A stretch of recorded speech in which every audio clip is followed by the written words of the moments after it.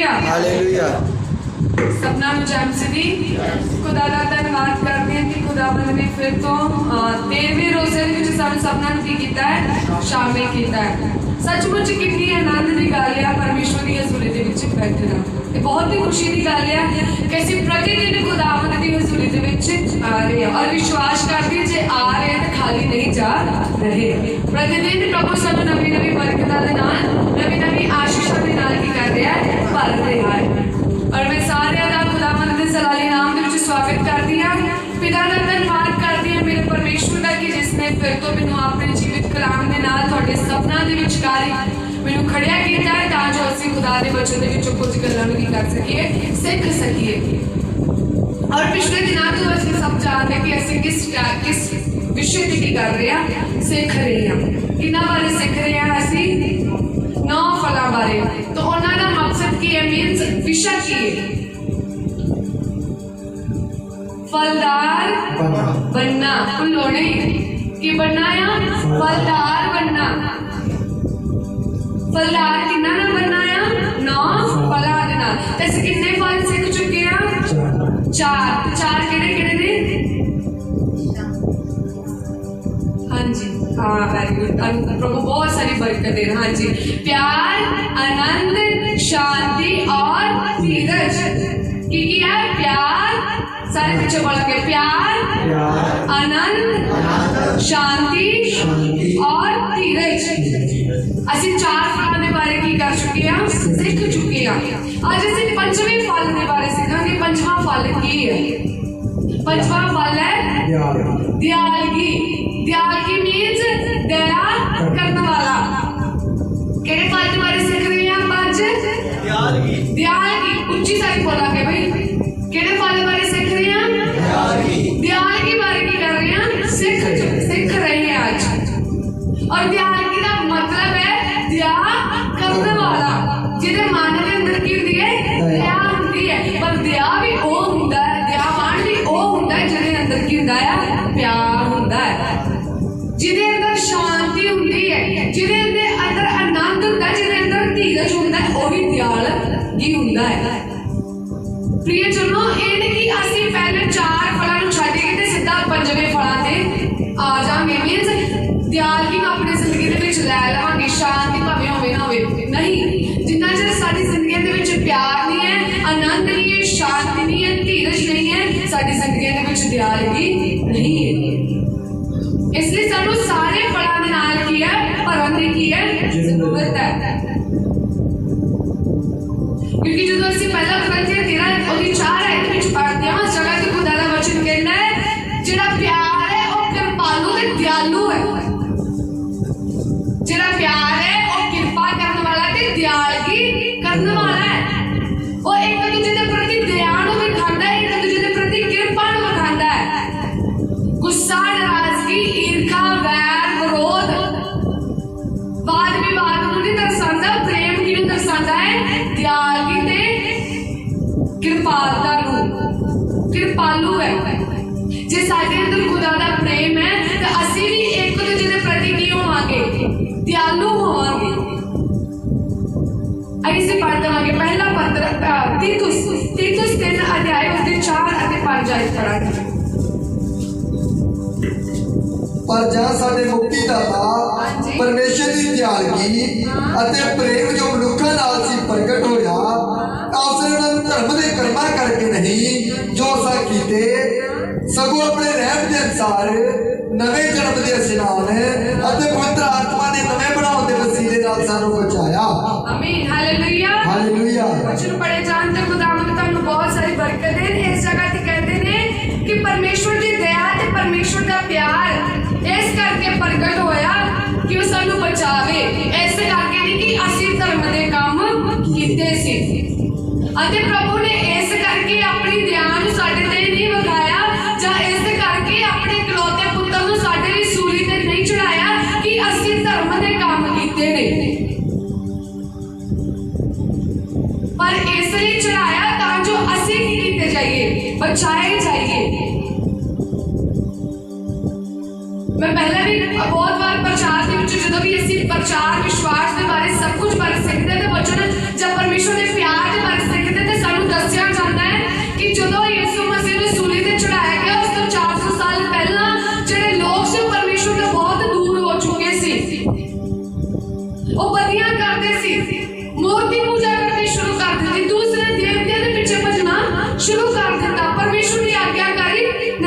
ਕਰਦੇ। ਤਾਂ ਵਚਨ ਕਹਿੰਦੇ ਤੁਹਾਨੂੰ ਉਹਨਾਂ ਧਰਮ ਦੇ ਕੰਮਾਂ ਕਰਕੇ ਨਹੀਂ ਬਚਾਇਆ ਗਿਆ, ਪਰ ਇਸ ਲਈ ਬਚਾਇਆ ਗਿਆ, ਇਸ ਲਈ ਪਿਆਰ ਹੈ ਤਾਂ ਜੋ ਤੁਸੀਂ ਕੀ ਕੀਤੇ ਜਾਓ, ਬਚਾਏ ਜਾਓ।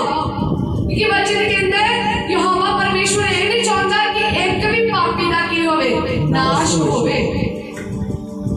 ਉਹ ਪ੍ਰਤੀ ਦਿਨ ਆਪਣੇ ਲੋਕਾਂ ਨੂੰ ਨया ਮੌਕਾ ਦਿੰਦਾ ਹੈ, ਨਵਾਂ ਮੌਕਾ ਦਿੰਦਾ ਹੈ, ਹੁਣ ਬਚਾਏ ਜਾਣ, ਹੁਣ ਬਚਾਏ ਜਾਣ। ਉਹ ਇੰਨਾ ਦਿਆਲੂ ਕੀ ਆ, ਖੁਦਾ ਹੈ, ਪਰਮੇਸ਼ਵਰ ਹੈ, ਦਇਆ ਕਰਨ ਵਾਲਾ ਖੁਦਾ ਹੈ। ਇਸ ਲਈ ਕਹਿੰਦਾ ਹੈ ਪਰਮੇਸ਼ਵਰ ਦੀ ਦਇਆ ਤੇ ਪਰਮੇਸ਼ਵਰ ਦਾ ਪਿਆਰ ਇਸ ਲਈ ਪ੍ਰਗਟ ਹੋਇਆ ਤਾਂ ਕਿ ਅਸੀਂ ਕੀ ਕੀਤੇ ਜਾਈਏ, ਬਚਾਏ ਜਾਈਏ। ਅਸੀਂ ਉਸ ਨਰਕ ਦੀ ਅੱਗ ਦੇ ਕਿਤੇ ਭਾਗੀ ਨਾ ਹੋ ਜਾਈਏ, ਜਾਂ ਨਰਕ ਦੀ ਅੱਗ ਦੇ ਵਿੱਚ ਸੁੱਟੇ ਨਾ ਜਾਈਏ। ਕਿਉਂਕਿ ਵਚਨ ਕਹਿੰਦਾ ਹੈ ਉਸ ਜੋ ਕੋਈ ਉਹਦੇ ਵਿੱਚ ਜਾਂਦਾ ਉਹ ਬਹੁਤ ਹੀ ਭਿਆਨਕ ਮੌਤ ਹੈ, ਉਹ ਦੂਸਰੀ ਮੌਤ ਹੈ। ਤੇ ਕਹਿੰਦਾ ਨਰਕ ਦੇ ਵਿੱਚ ਤਾਂ ਰੋਣਾ ਅਤੇ ਚੀਚੀਆਂ ਦਾ ਵੱਟਣਾ ਹੈ। ਤੁਸੀਂ ਕਹੋਗੇ ਕਿ ਮੈਂ ਮਰ ਜਾਵਾਂ, ਮੇਰਾ ਆ ਹੋ ਜਾਵੇ, ਉੱਤੇ ਕੁਝ ਨਹੀਂ ਹੋਵੇਗਾ।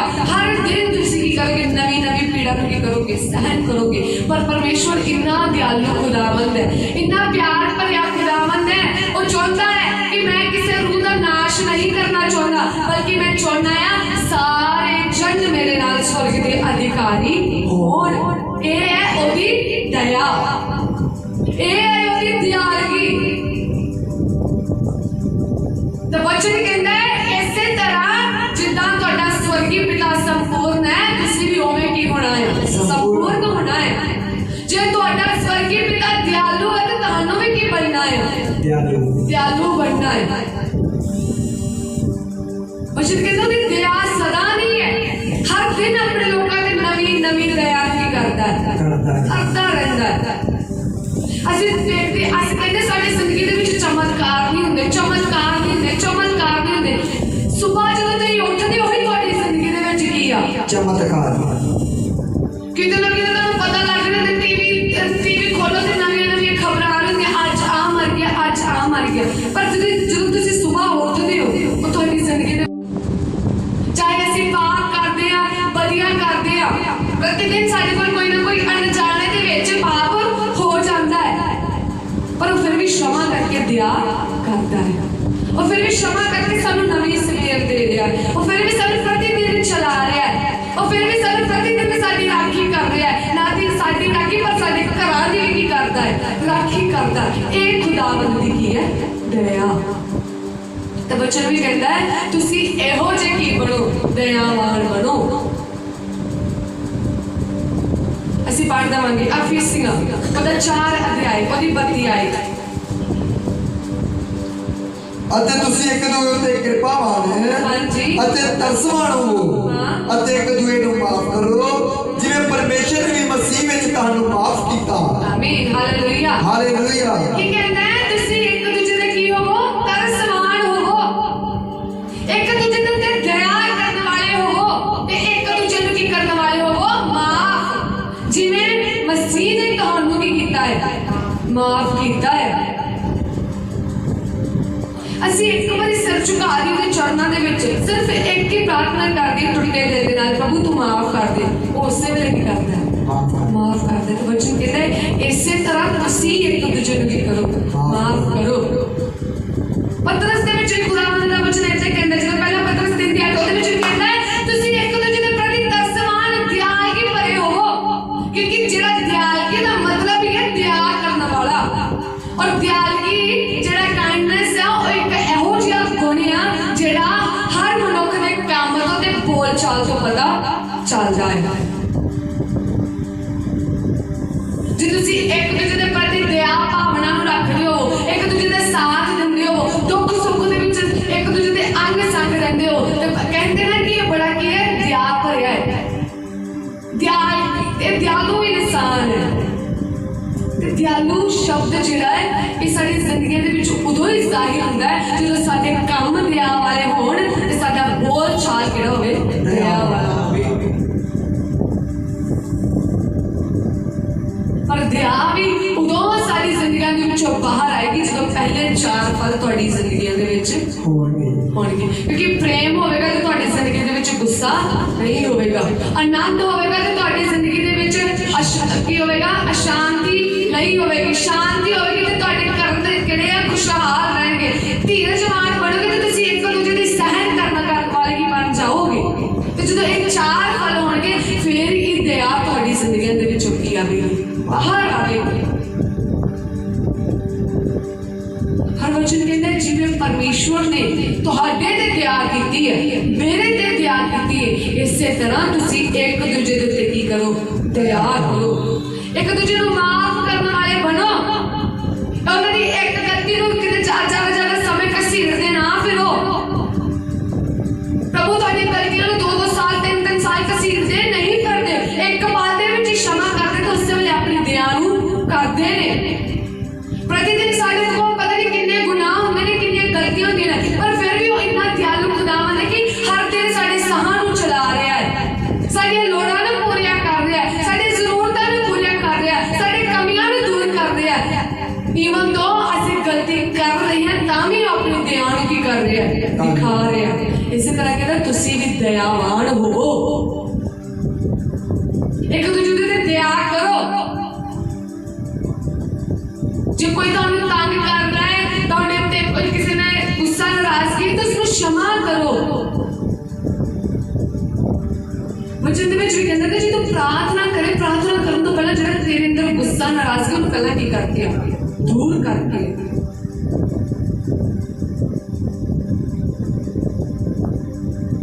मीन्स कि असी नफरत भरे शब्द लैके अपने जिंदगियां नूं नफरत दे नाल भरना नहीं आ। दयावान खुदा है ते ओहदे लोग भी दयालु होने चाहिए ने। किद्दां दे दयालु होने चाहिए ने, आइए असीं वेखांगे। कटांगे मेरे नाल मत्ती दी अंजीर ओहदा 18 अध्याय 21 तो 35 आए। मत्ती दी अंजीर उसदा 18 अध्याय 21 तो 35 आए। तद पतरस ने कोल आन के उन्होंने कहा, प्रभु जी मेरा भाई किन्ने बारी मेरा पाप करे अते मैं उन्हें माफ करा कि 7 बार तिकर। यीशु ने उन्होंने कहा, मैं तेरे 7 बार तिकर नहीं आखना पर 70 ते 7 गुना तिकर। इसलिए स्वर्ग का राज एक राजे वर्गा है जिन्हें अपने नौकरां तो हिसाब लेना चाहा अते जब हिसाब लैन लगा तो 10,000 तोड़े ते एक करजाई नूं ओहदे कोल ले आए। पर जब ਉਹਦੇ ਕੋਲ ਦੇ ਨੂੰ ਕੁਝ ਨਾ ਸੀ ਤਦ ਉਹਦੇ ਮਾਲਕ ਨੇ ਹੁਕਮ ਦਿੱਤਾ ਜੋ ਉਹ ਅਤੇ ਉਹਦੀ ਧੀ ਅਤੇ ਉਹਦੇ ਬਾਲ ਬੱਚੇ ਅਤੇ ਸਭ ਕੁਝ ਉਹਦਾ ਹੈ ਵੇਚਿਆ ਜਾਵੇ ਅਤੇ ਕਰਜ਼ ਭਰ ਲਿਆ ਜਾਵੇ। ਹਾਂਜੀ। तब उस नौकर ने पैरी पै के उन्हें मत्था टेकिया ਅਤੇ ਕਿਹਾ, स्वामी जी मेरे उत्ते धीरज करो तां मैं ਤੁਹਾਡਾ सारा कर्ज भर ਦਿਆਂਗਾ। तद उस नौकर के मालिक ने तरस खा के उन्हें छੱਡ ਦਿੱਤਾ ਅਤੇ कर्ज भी उन्हें बख्श ਦਿੱਤਾ। जब नौकर बाहर निकलिया ਤਾਂ ਉਹਦੇ ਨਾਲ ਤੇ ਨੌਕਰਾਂ ਵਿੱਚੋਂ ਇੱਕ ਉਹਨੂੰ ਲੱਭ ਪਿਆ ਜਿਸ ਤੋਂ ਉਹਨੇ 50 ਰੁਪਏ ਲੈਣੇ ਸਨ ਅਤੇ ਉਸ ਉੱਤੇ ਹੱਥ ਪਾ ਕੇ ਸੰਗਿਓਂ ਫੜ ਲਿਆ ਅਤੇ ਆਖਿਆ, ਜੋ ਮੇਰਾ ਨਿਕਲਦਾ ਹੈ ਸੋ ਦੇ। ਤਦ ਉਹਦੇ ਨਾਲ ਦੇ ਨੌਕਰ ਨੇ ਉਹਦੇ ਪੈਰੀ ਪਿਆ ਅਤੇ ਮਿਹਨਤ ਕਰਕੇ ਕਿਹਾ, ਮੇਰੇ ਉੱਤੇ ਧੀਰਜ ਕਰ ਤਾਂ ਮੈਂ ਤੇਰਾ ਕਰਜ਼ ਭਰ ਦਿਆਂਗਾ। ਪਰ ਉਹਨੇ ਨਾ ਮੰਨਿਆ, ਸਗੋਂ ਜਾ ਕੇ ਉਸਨੂੰ ਕੈਦ ਵਿੱਚ ਪਾ ਦਿੱਤਾ ਜਿੰਨਾ ਚਿਰ ਕਰਜ਼ ਨਾ ਭਰੇ। ਪਰ ਜਾ ਉਹਦੇ ਨਾਲ ਦੇ ਨੌਕਰਾਂ ਨੇ ਇਹ ਹਾਲ ਡਿੱਠਾ ਤਾਂ ਵੱਡੇ ਉਦਾਸ ਹੋਏ ਅਤੇ ਜਾ ਕੇ ਆਪਣੇ ਮਾਲਕ ਨੂੰ ਸਾਰਾ ਹਾਲ ਦੱਸ ਦਿੱਤਾ। ਤਦ ਉਹਨੇ ਮਾਲਕ ਨੇ ਉਹਨੂੰ ਆਪਣੇ ਕੋਲ ਸੱਦ ਕੇ ਕਿਹਾ, ਓਏ ਦੁਸ਼ਟ ਨੌਕਰ, ਮੈਂ ਤੈਨੂੰ ਉਹ ਸਾਰਾ ਕਰਜ਼ਾ ਛੱਡ ਦਿੱਤਾ ਇਸ ਲਈ ਜੋ ਤੈਂ ਮੇਰੀ ਮਿਹਨਤ ਕੀਤੀ। ਫਿਰ ਜੇ ਮੈਂ ਤੇਰੇ ਉੱਤੇ ਦਇਆ ਕੀਤੀ ਕਿ ਤੈਨੂੰ ਆਪਣੇ ਨਾਲ ਦੇ ਨੌਕਰ ਉੱਤੇ तेरी दया करनी नहीं सी चाहिए जिन्ना चिर सारा कर्ज भर ना देवे उसके मालिक ने क्रोधी होकर दुखदायक दे हवाले कीता। इस तरह मेरा स्वर्गीय पिता भी तुहाडे नाल करेगा जे तुसीं अपने भाइयों को अपने दिलों तो माफ ना करो। आमीन। Hallelujah hallelujah. इस जगह ते असीं एक कहानी नूं देखदे हां। कहानी तो पहला पतरस है और यीशु मसीह नूं पुछदा है कि जे कोई मेरे नाल गुस्सा नाराजगी हो जाए मैं अपने भरा नूं कितनी बार माफ करा कि 7 बार। ते यीशु कहंदे ने 7 बार नहीं 70 दे 7 गुना। मीन्स 70 नूं 7 दे नाल गुना कर दो 77। मीन्स कि जिन्नियां गलतियां करदा तू माफ करने वाला बन, तू एहो जिहा दयालु बन। फिर उन्हें समझ आउंदे लई एक कहानी नूं दसदे ने, कहंदे ने स्वर्ग दा राज किहदे वर्गा है, एक राजे वर्गा है। हां जी, ये वाली आयत पढ़ दवांगे। इसलिए स्वर्ग का राज एक राजा वर्गा है जिन्हें अपने नौकरां तो हिसाब लेना चाहा। जिन्हें अपने हिसाब मीन्स जो कुछ मैं उन्होंने काम दिता सी, जो कुछ करने ਨੂੰ ਦਿੱਤਾ ਸੀ ਉਸ ਸਾਰੇ ਦਾ ਹਿਸਾਬ ਲੈਣਾ ਚਾਹੁੰਦਾ ਸੀ। ਉਹਨਾਂ ਨੇ ਕੀ ਕੱਟਿਆ, ਕੀ ਖੱਟਿਆ, ਕੀ ਕਮਾਇਆ, ਕੀ ਉਹਨਾਂ ਨੂੰ ਲਾਭ ਹੋਇਆ। ਔਰ ਵਚਨ ਕਹਿੰਦਾ ਹੈ ਜਦੋਂ ਰਾਜਾ ਕੀ ਕਰਦਾ ਹੈ, ਹਿਸਾਬ ਨੂੰ ਲੈਂਦਾ ਹੈ ਤਾਂ ਕੀ ਕਰਦਾ ਹੈ, ਜਿਹੜਾ ਨੌਕਰ ਹੈ ਉਹਦੇ ਕੋਲ ਇੱਕ ਨੌਕਰ ਆਂਦਾ ਹੈ ਤਾਂ ਵਚਨ ਕਹਿੰਦਾ ਉਹਨੇ ਪੂਰਾ ਇੰਨਾ ਮੁਨਾਫਾ ਨਹੀਂ ਸੀ ਖੱਟਿਆ, ਉਹਦੇ ਕੋਲ ਦੇਣ ਨੂੰ ਕੁਛ ਨਹੀਂ ਸੀ, ਉਹਦੇ ਕੋਲ ਦੇਣ ਨੂੰ ਕੁਛ ਨਹੀਂ ਸੀ। ਤੇ ਰਾਜੇ ਨੇ ਜਦੋਂ ਪੁੱਛਿਆ ਤੇ ਰਾਜਾ ਕੀ ਕਰਦਾ ਹੈ, ਕ੍ਰੋਧ ਕਰਦਾ ਹੈ ਪਹਿਲਾਂ, ਪਰ ਉਹ ਮਾਫੀ ਮੰਗਦਾ ਹੈ। ਉਹ ਕਹਿੰਦਾ ਮੈਨੂੰ ਮਾਫ ਕਰ ਦੇ, ਮੈਂ ਤੇਰਾ ਕਰਜ਼ਾ ਕੀ ਕਰ ਦੇਵਾਂਗਾ, ਚੁਕਾ ਦੇਵਾਂਗਾ। ਤਾਂ ਉਹਨੇ ਪਰ ਕੀ ਕਹਿੰਦਾ ਹੈ, ਉਹ ਜਦੋਂ ਮਾਫੀ ਮੰਗਦਾ ਹੈ ਤਾਂ ਉਹ ਜਿਹੜਾ ਰਾਜਾ ਉਹਦਾ ਕਰਜ਼ਾ ਕੀ ਕਰ ਦਿੰਦਾ ਹੈ, ਮਾਫ ਕਰ ਦਿੰਦਾ ਹੈ। क्योंकि वो राजा की है दयावान है, तरसवान राजा सी और उसने अपने नौकर को की कर दिता, माफ कर दिता। उन्हें आख्या जा तेने मैं माफ कर दिया, जिन्ना तू कर्जा और जिन्ना तू खट्टिया है कमाया चाहे कुछ भी नहीं कमाया वो सब तेनू मैं की कर देना है, माफ कर दे। तू अपने पत्नी अपने बच्चों नू जा अते अपने घर दे विच रह। पर वचन कहते जब नौकर बाहर आंदा है तो ਉਹਨੂੰ ਉਹ ਆਦਮੀ ਮਿਲਦਾ ਹੈ ਜਿਹਦੇ ਕੋਲ ਉਹਨੇ ਕੀ ਲੈਣਾ ਸੀ, ਕਰਜ਼ਾ ਲੈਣਾ ਸੀ। ਇਸ ਆਦਮੀ ਦਾ ਪਹਿਲੇ ਹੀ ਕਰਜ਼ਾ ਸੀ ਪਰ ਰਾਜੇ ਨੇ ਉਸਨੂੰ ਕੀ ਕਰ ਦਿੱਤਾ, ਮਾਫ ਕਰ ਦਿੱਤਾ। ਜਿਸ ਆਦਮੀ ਨੂੰ ਮਾਫ ਕੀਤਾ ਹੈ ਹੁਣ ਉਸਨੇ ਉਸਦਾ ਹੀ ਉਸ ਕੋਲ ਹੀ ਕਿਸੇ ਆਦਮੀ ਨੇ ਪੈਸੇ ਲਏ ਸੀ ਪਰ ਉਸਨੇ ਵਾਪਸ ਨਹੀਂ ਲੁਟਾਏ।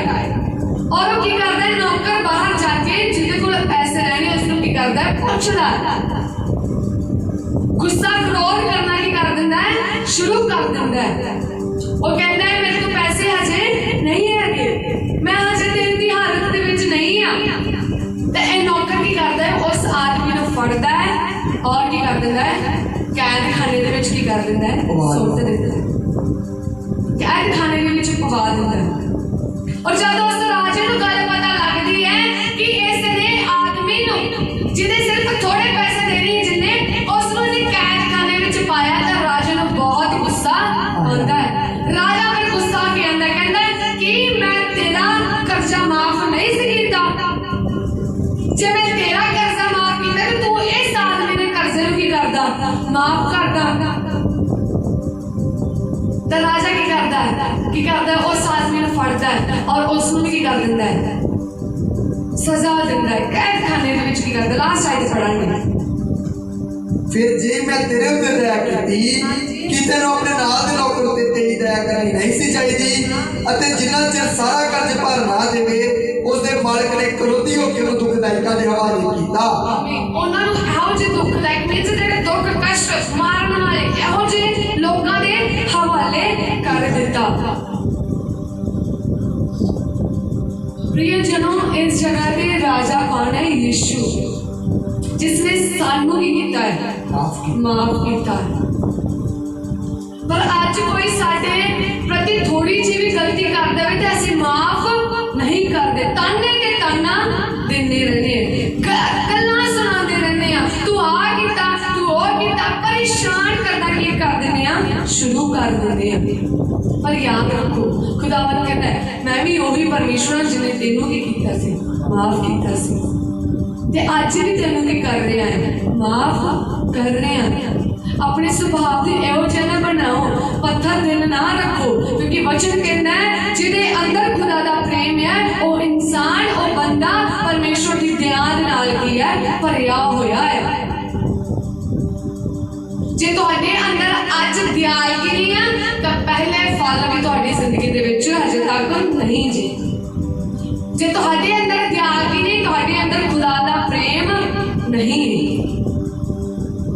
वचन कहता और राजे ने मिन्नतां कीतियां, राजे ने क्यों मिन्नतां करदा है, राजे मैनू माफ कर दे, राजे मैनू माफ कर दे। और राजा अंदर दया भरिया है कि उन्हें एक पल दे विच माफ करता, उहदा सारा कर्जा की कर दिता, माफ कर दिता।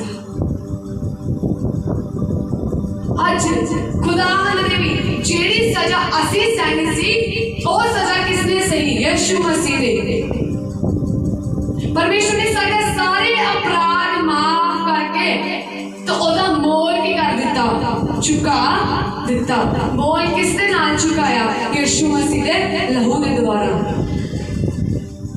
साडे पापा ਦਾ, ਸਾਡੇ ਗੁਨਾਹਾਂ ਦਾ, ਸਾਡੀ ਬਦੀਆਂ ਦਾ, ਸਾਡੀ ਅਨਾਗਿਆਕਾਰੀ ਦਾ, ਸਾਡੀ ਈਰਖਾ ਦਾ, ਨਫ਼ਰਤ ਦਾ, ਵੈਰ ਵਿਰੋਧ ਦਾ, ਹਰ ਇੱਕ ਗਲਤੀ ਦਾ, ਗੁਨਾਹਾਂ ਦਾ ਉਸਨੇ ਮੋਲ ਕੀ ਕਰ ਦਿੱਤਾ, ਚੁਕਾ ਦਿੱਤਾ, ਤਾਂ ਜੋ ਅਸੀਂ ਕੀ ਕਰੀਏ, ਕਰਜ਼ੇ ਤੋਂ ਕੀ ਕਰੀਏ, ਮੁਕਤ ਹੋ ਸਕੀਏ, ताकि वो बोझ साडे ते ही बनिया ना रहे। इसलिए उसने उस कर्जे को माफ कर दिता और अपना कीमती लहू बहा के सानू की कर लिया, मुल ले लिया, ताकि असी होर कर्जे दे हेठा मीन होर गलतियां गुनाहां दे थल्ले ना आ सकीए।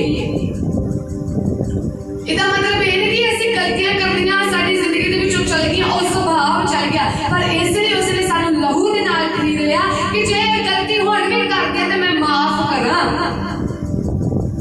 जे हुण भी ये पाप करदे ते मैं माफ करा, ए फिर तो किते पाप दे विच ना चले जाण, जे फिर तो आज्ञाकारी करदे ने मेरे कोल आण तां जो मैं इन्हां माफ करा, क्योंकि मैं इन्हां नूं नरक दी आग दे विच वेखना नहीं चाहुंदा।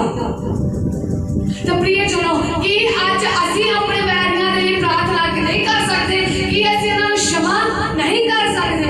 वचन कहंदा है जे तुसी क्षमा करोगे तो प्रभु तुहानू की करेगा, क्षमा करेगा। जे तुसी क्षमा नहीं, तुसी अपराधां नूं माफ नहीं करोगे, अपने वैरियां नूं माफ नहीं करोगे, तो खुदावंद तुहानू माफ नहीं करेगा। साफ तौर पे खुदावंद दा वचन बयान करता है, माफ करोगे तो माफी पाओगे, जब माफ नहीं करोगे तो तुसी भी माफी नूं पाओगे नहीं। वचन कहते जिहड़े तेरे सताउंदे ने उन्हां दे लई तू की कर, प्रार्थना कर, अपने वैरियां दे लई की कर, प्रार्थना कर, पर प्रार्थना इस तरीके नाल करके उन्हां दा जीवन बदल जाएगा। कई बार ऐसी प्रार्थना करते प्रभु जी उन्हें बिना ना किया तो तू भी की कर, आ कर, ऐसा कर, ओदा कर, आ बदला ले, नहीं ये त्यागी नहीं है। हो सकता कोई सानू इतना प्रार्थना करते ना देख जाए, ऊपर वाला तो देखदा क्या है, जिसके तो दी अक्खां हर पल लगियां रंगियां ने, भले ते बुरे दोनों नूं की करदे ने, सिवांदियां ने।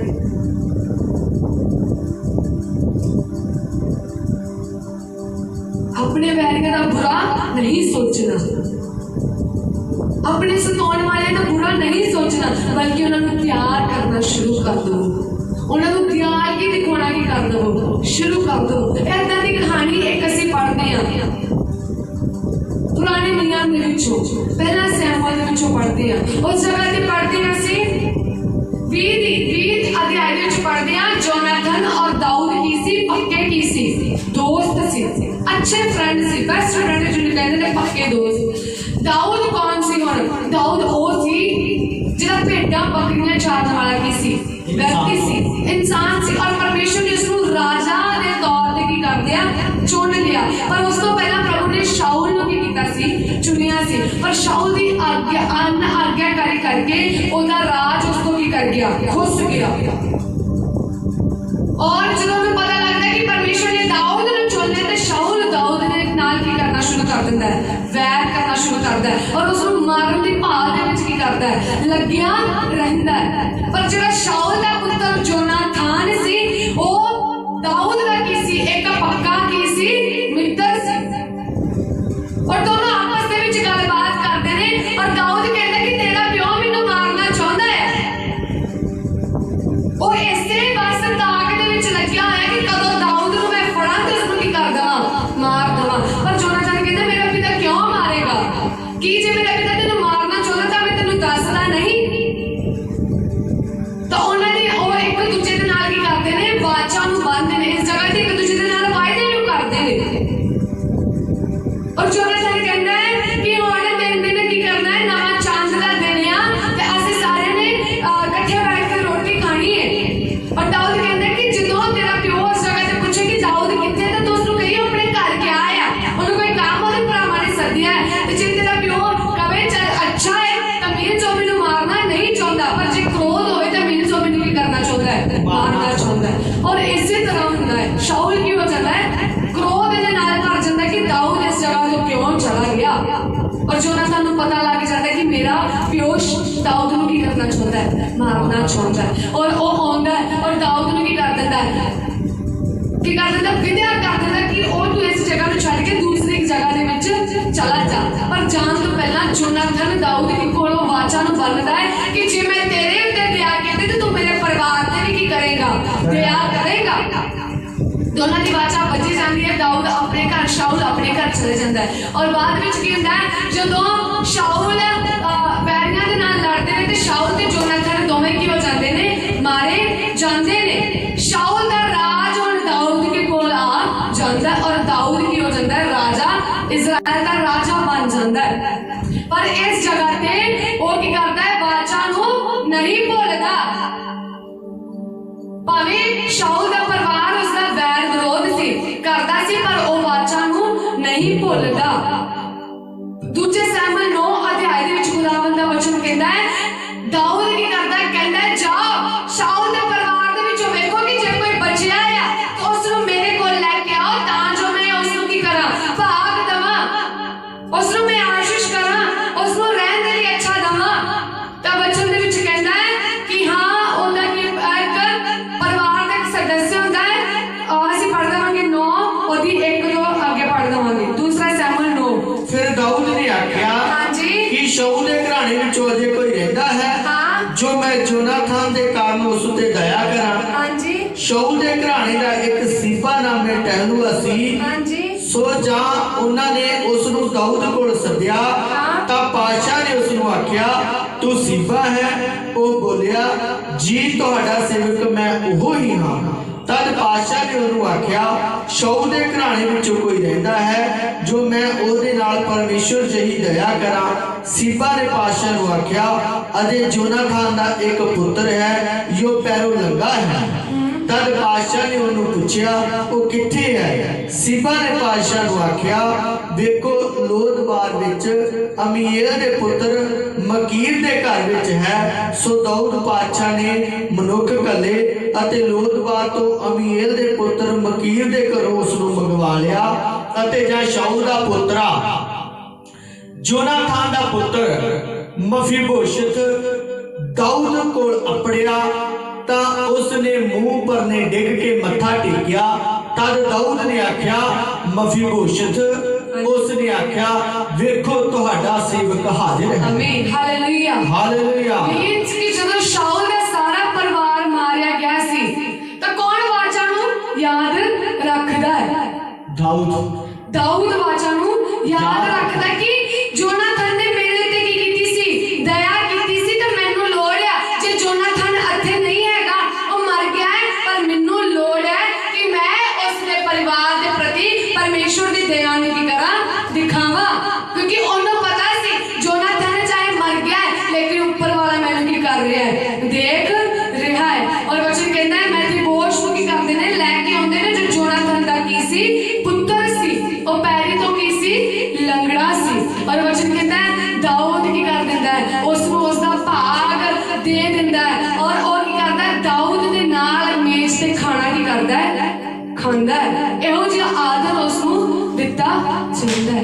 ਪ੍ਰਿਯ ਜਨੋ, ਇਸ ਕਹਾਣੀ ਤੋਂ ਭਾਗ ਇਹ ਹੈ ਦਾਊਦ ਚਾਹੁੰਦਾ ਤੇ ਬਾਦਸ਼ਾਹ ਨੂੰ ਕੀ ਕਰ ਸਕਦਾ ਸੀ, ਭੁੱਲ ਸਕਦਾ ਸੀ। ਪਰ ਉਸ ਨੂੰ ਇਹ ਸੀ ਕਿ ਜੇ ਮੇਰੇ ਉੱਤੇ ਦਇਆ ਕੀਤੀ ਗਈ ਹੈ ਤਾਂ ਮੈਂ ਵੀ ਹੁਣ ਆਪਣੀ ਦਇਆ ਨੂੰ ਦਿਖਾਵਾਂ। ਜੋ ਦਇਆ ਪਰਮੇਸ਼ਵਰ ਨੇ ਮੇਰੀ ਜ਼ਿੰਦਗੀ ਦੇ ਵਿੱਚ ਕੀਤੀ ਹੈ ਉਹੀ ਦਇਆ, ਉਹੀ ਪਰਮੇਸ਼ਵਰ ਦੀ ਦਇਆ ਮੈਂ ਆਪਣੇ ਲੋਕਾਂ ਤੇ ਕੀ ਕਰਾਂ, ਦਿਖਾਵਾਂ। ਤੇ ਇਸ ਨੂੰ ਫਿਰ ਤੋਂ ਅਸੀਂ ਉਸੇ ਗੱਲ ਤੇ ਆਉਂਦੇ ਹਾਂ ਕਿ ਜੇ ਪ੍ਰਭੂ ਨੇ ਸਾਡੇ ਤੇ ਦਇਆ ਕੀਤੀ ਤੇ ਸਾਨੂੰ ਵੀ ਅੱਜ ਦਿਆਲੂ ਬਣਨਾ ਹੈ। ਇਹ ਨਾ ਸੋਚੋ ਕੋਈ ਮੈਨੂੰ ਦੇਖ ਰਿਹਾ ਜਾਂ ਨਹੀਂ ਦੇਖ ਰਿਹਾ, ਜਾਂ ਹਾਂ ਕਿਸੇ ਨਾਲ ਵਾਅਦਾ ਕੀਤਾ ਸੀ ਉਹ ਭੁੱਲ ਗਿਆ, ਪਰ ਤੁਹਾਨੂੰ ਯਾਦ ਹੈ, ਤੁਸੀਂ ਦਇਆ ਦਿਖਾਓ। ਜੋਨਾਥਨ ਮਰ ਗਿਆ ਸੀ, ਦਾਊਦ ਨੂੰ ਯਾਦ ਸੀ, ਚਾਹੇ ਉਹਨੇ ਸੋਚਿਆ ਹੋਵੇਗਾ ਹਾਂ ਜੋਨਾਥਨ ਮਰ ਗਿਆ ਲੇਕਿਨ ਮੇਰਾ ਪਰਮੇਸ਼ਵਰ ਜਿਉਂਦਾ ਮੈਨੂੰ ਦੇਖ ਰਿਹਾ ਹੈ। ਜੇ ਮੈਂ ਅੱਜ ਦਇਆ ਨਹੀਂ ਦਿਖਾਵਾਂਗਾ ਤਾਂ ਪ੍ਰਭੂ ਮੈਨੂੰ ਅੱਗੇ ਦਇਆ ਨਹੀਂ ਵਿਖਾਵੇਗਾ। ਜੇ ਮੈਂ ਅੱਜ ਆਪਣੀ ਦਇਆ ਨੂੰ ਪ੍ਰਗਟ ਨਹੀਂ ਕਰਾਂਗਾ ਤਾਂ ਪ੍ਰਭੂ ਅੱਗੇ ਆਪਣੀ ਦਇਆ ਨੂੰ ਪ੍ਰਗਟ ਨਹੀਂ ਕਰੇਗਾ। ਇਸੇ ਤਰ੍ਹਾਂ ਪ੍ਰਿਯ ਜਨੋ,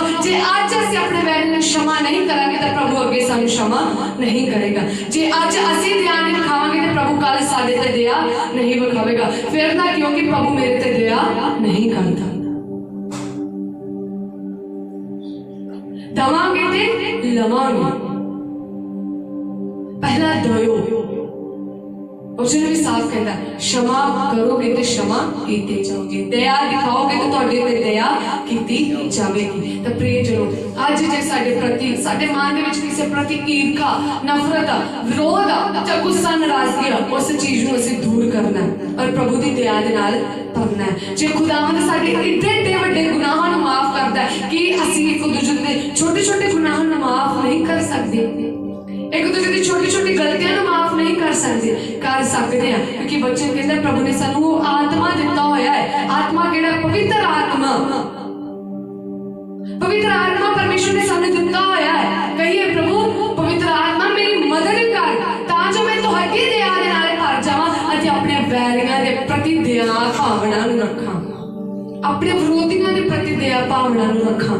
वो नौकर वर्गे ने बनना जिन्हें दया नूं पा लिया अते अगे दया नहीं विखाई। जदों नहीं दया विखाई तो राजे नूं पता चलिया तो राजे ने की कर दिता, फड़ के फिर उसनूं भी वही सजा दित्ती जिहड़ी उसने उस नौकर नूं दित्ती सी। ते जे अज असीं सजा दे रहे हां तां तैयार हो जाओ, एक दिन तुसीं भी वही सजा भुगतोगे। पर जे तुसीं अज दया विखा रहे हो तां तैयार हो जिओ, ओह दया तुहाडे उत्ते कीती जावेगी। अज अपने आप में परखना, जांचना, खुदावंद नूं कहना है, प्रभु जे मेरे प्रति, मेरे अंदर किसी प्रति दया भावना नहीं है तो अज मेरे दया नाल भर दे। जे तू मेरा दया नाल भरिया खुदाया ते अज तेरे लोग भी दया नाल भरे होण। जे तुसीं दया भावना नूं रखदे हो ते अज तुहाडे पुੱਤਰ भी दया भावना नूं रखण वाले बनन। जे तुसीं क्षमा करदे हो ते तुहाडे लोग भी क्षमा करन वाले बन जाण। आइए सारे सपना अखां नूं बंद करांगे, प्रभु नूं कहांगे, प्रभु मेरी जिंदगी में अपनी दया दे नाल भर दे। प्रभु मैं भी दया